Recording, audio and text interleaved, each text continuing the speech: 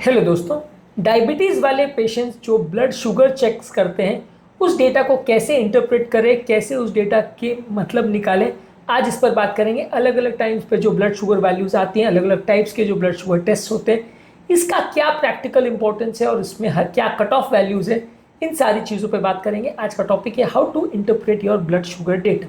Topic पर जाने से पहले जो लोग हमारे चैनल पर नए हैं उन्हें रिक्वेस्ट करूँगा कि चैनल को सब्सक्राइब करें, वीडियोस को लाइक करें, शेयर करें, फॉलो करें, कमेंट करें।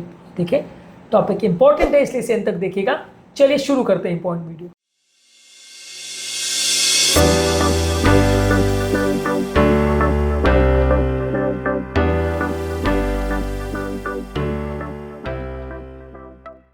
सबसे पहले आप जब ओवरनाइट फास्टिंग कर रहे हो उसके बाद अगर मॉर्निंग शुगर चेक करते हो, जिसमें टिपिकली 12 घंटे का लगभग फास्टिंग होना चाहिए, कम से कम 8 से 12 घंटे का, तो इसमें आपका फास्टिंग ब्लड शुगर इसको बोलते हैं, इसका नॉर्मल वैल्यू 70 टू 99 मिलीग्राम्स पर डेसीलीटर के अंदर रहना चाहिए।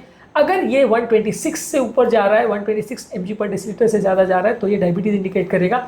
100 टू 125 के बीच में ये प्री डायबिटीज़ इंडिकेट करेगा। अगला होता है पोस्ट प्रैंडियल ब्लड शुगर। इसमें खाना खाने के या नाश्ता करने के 1 से 2 घंटे के बाद ब्लड शुगर देखा जाता है। ये आपको ये बताता है कि खाना खाने के बाद जो इंसुलिन बनने का रिस्पॉन्स है बॉडी का, वो कैसा है, वो सही तरह से हो पा रहा है या नहीं हो पा रहा है। और इसमें ये देखा जाता है कि blood sugar levels average 125 to 200 के बीच में रहना चाहिए। अगर 200 एक्सीड करता है तो वो डायबिटिक लेवल पे आ जाता है, 125 से नीचे रहता है तो नॉर्मल है, 125 से 200 के बीच में अगर रह रहा है तो प्री डायबिटिक माना जाएगा। पोस्ट प्रैंडियल ब्लड शुगर में नॉर्मल कट ऑफ ही माना जाता है कि आपका शुगर 125 के नीचे रहना चाहिए, यानी 125 के नीचे है तो नॉर्मल है, 125 से अगर 200 के बीच में है तो उसे प्री डायबिटिक माना जाएगा, यानी थोड़ा आपका जो मेटाबॉलिज्म है वो गड़बड़ है और बॉडी के जो इंसुलिन बनाने का जो प्रोसेस है उसमें कुछ प्रॉब्लम्स है, जिसकी वजह से आपका ब्लड शुगर उतना अच्छा से मेंटेन नहीं हो पा रहा है। और अगर 200 से ऊपर चला गया मल्टीपल ओकेजन्स पे तो वो डायबिटिक रेंज हो जाएगा। अगला इंपॉर्टेंट शुगर है random blood sugar. Random blood sugar का मतलब है कि जब पेशेंट डॉक्टर के पास आए या कोई भी टाइम घर पे वो प्रिक किया और चेक कर लिया कि कितना ब्लड शुगर चल रहा है। इसमें बहुत सारे फैक्टर्स प्ले करते हैं कि पेशेंट ने कब दवाई खाई थी, उसका कितना असर हो रहा है, पेशेंट ने कब खाना खाया था, क्या खाना खाया था, और खाना खाने के कितने देर के बाद ब्लड सैंपल ले रहा है। तो ये सारी चीज़ें भी इफेक्ट करेगी कि उस समय का ब्लड शुगर कैसा है। इसमें भी स्टैंडर्ड जो हम पोस्ट प्रैंडियल के हिसाब से मान के चलते वैसी वैल्यूज मानेंगे कि 125 से नीचे शुगर होना चाहिए, 125 टू 200 के बीच में तो अब नॉर्मल है, और 200 से ऊपर है तो फुल डायबिटिक है। इसमें भी लगभग वैसी वैल्यूज मानेंगे, लेकिन इसकी उतनी इंपॉर्टेंस नहीं है क्योंकि इसमें कब दवा लिया था, कब खाना खाया था, क्या खाना खाया था, और बहुत सारे पैरामीटर्स हैं जो कि इसको लेस रिलायबल बनाते हैं। इसलिए रैंडम शुगर एक अंदाज दिलाने के लिए अच्छा है कि आपका उस समय का ब्लड शुगर कैसा चल रहा है। ओवरऑल एक वेग एस्टिमेशन के लिए अच्छा है, लेकिन बहुत एक्यूरेटली आपको अगर जानना है तो फास्टिंग और पोस्ट प्रैंडियल वैल्यूज को एक साथ देखना पड़ेगा। अगला टेस्टिंग है HbA1c टेस्ट, यानी ग्लाइकेटेड हीमोग्लोबिन टेस्ट। ये आपको पिछले 2 से 3 महीने का ब्लड शुगर का एवरेज वैल्यूज देता है। HbA1c वैल्यूज 5.7 से नीचे होती है तो उसे नॉर्मल मानते हैं, 5.7 से 6.4 के बीच में होता है तो प्री डायबिटीज़ मानते हैं, 6.5 से ऊपर है तो डायबिटीज़ मानते हैं। अब ये वैल्यूज जो है आपका 3 महीने का एवरेज शुगर को मानती है, लेकिन पिछले 3 दिन में 4 दिन में आपने क्या खाया क्या नहीं खाया, दवाई ली या नहीं ली, उससे शुगर वैल्यूज में क्या फ़र्क पड़ा, उसके बारे में कुछ पता नहीं चलेगा।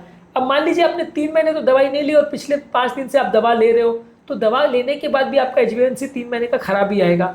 या उल्टा मान के चलिए कि पिछले 3 महीने से आप अपनी दवाई रेगुलर ले रहे हो, पिछले 5 दिन में आपने दवाई बिल्कुल नहीं ली, तो भले आपका शुगर उस समय 300-400 पहुंच जाएगा, लेकिन HbA1c में उतना ज़्यादा वेरिएशन नहीं दिखेगा और आपको HbA1c वैल्यूज जब लगभग ठीक जैसी आएगी तो ये एवरेज वैल्यूज बताएगा। लेकिन एक पर्टिकुलर टाइम में पिछले 2 दिन में, 4 दिन में, 6 दिन में आपका शुगर कैसा रह रहा है वो आप जज नहीं कर पाओगे। खाली 3 महीने का एवरेज ही आपको बताएगा।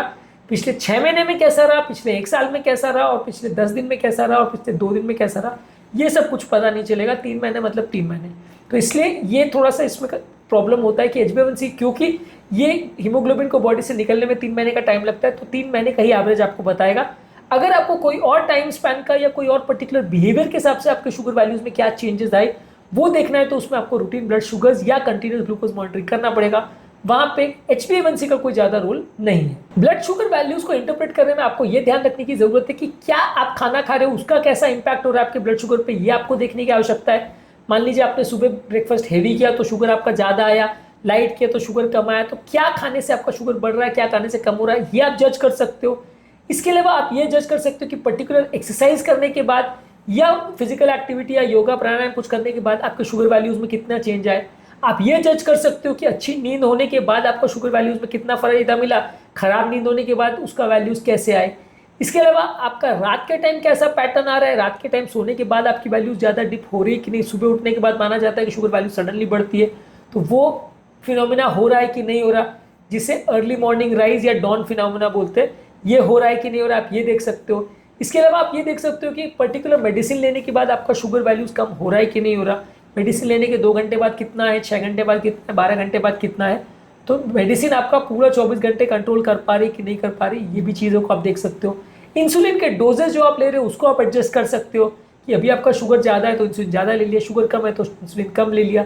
बाकी मेडिसिन का डोज लेना है कि नहीं लेना है उसको भी आप एडजस्ट कर सकते हो कि मान लीजिए अगर शुगर वैल्यूज कम है तो उस समय मेडिसिन का डोज स्किप कर दिया, शुगर वैल्यूज ज़्यादा है तो मेडिसिन ले ली, तो इसको भी आप एडजस्ट कर सकते हो। तो ब्लड शुगर वैल्यूज के हिसाब से अपने खाने के पैटर्न को, अपने लाइफस्टाइल के पैटर्न को, अपनी नींद और एक्सरसाइज के पैटर्न को, अपने मेडिसिन के पैटर्न को, अपने इंसुलिन के डोजेस को, ये सारी चीज़ों को आप एडजस्ट कर सकते हैं और उसके हिसाब से अपनी दवाइयों को एडजस्ट कर सकते हैं। इस मामले में लेकिन एक चीज़ ज़रूरी है कि आपको रेगुलर बेस पे शुगर चेक करने से ज़्यादा अच्छा रिजल्ट मिलेगा। यदि आप 2 या 3 महीने में एक बार ब्लड शुगर चेक कर रहे हो तो उसमें कोई फ़ायदा आपको ज़्यादा नहीं मिलेगा। इसके अलावा जितना आप चेक कर रहे हो हर बार उसकी एंट्री करते रहिए, लॉग या रजिस्टर बुक में उसको एंटर करते रहिए, ताकि आपको एक अच्छी जानकारी मिल सके कि जो आप चेक कर रहे हो वो वैल्यूज़ ठीक आ रही है कि नहीं आ रही, और पिछले कई दिनों में कैसा ट्रेंड्स रह रहा है उसको पता रहे। अब क्या है कि आज तो आपने चेक कर लिया लेकिन 3 दिन पहले कैसा था, 10 दिन पहले कैसा था, 3 महीने पहले कैसा था, आप वैल्यूज़ भूल जाते हो। तो उसको डायरी में एंट्री करके रखिए डेट वाइज और टाइम वाइज कि इतने बजे मैंने इतना वैल्यू चेक किया, तो उस हिसाब से बाद में जब आप डॉक्टर के पास वो रजिस्टर लेके जाते हो तो डॉक्टर को जज करने में और ट्रीटमेंट एडजस्ट करने में थोड़ा ईजी रहेगा। ये सब करने के बावजूद और जब भी दवाओं को चेंज करने की बात है तब आप अपने डॉक्टर के साथ कंसल्ट करके उसको करें तो ज़्यादा अच्छा है। सिर्फ शुगर वैल्यूज़ को देख के सारी दवाइयों को और खाने को घर पर एडजस्ट करना इतना ईजी नहीं है, गलतियाँ होने का संभावना काफ़ी है, इसलिए इसको जज करके डॉक्टर से डिस्कस करके फिर ले तो अच्छा है।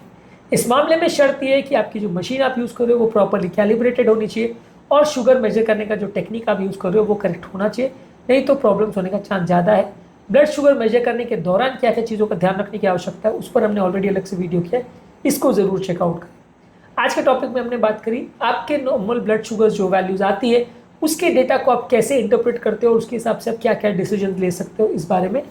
इसके अलावा डायबिटीज़ के ब्लड शुगर मेजरमेंट पर और उसके रिलेटेड प्रिकॉशंस पर हमने और भी बहुत सारे वीडियोस के, इनको जरूर चेकआउट करें। टॉपिक एंड करने से पहले जो लोग हमारे चैनल पर नए हैं उन्हें रिक्वेस्ट करूँगा कि चैनल को सब्सक्राइब करें, वीडियोज़ को लाइक करें, शेयर करें, फॉलो करें, कमेंट करें, पूरा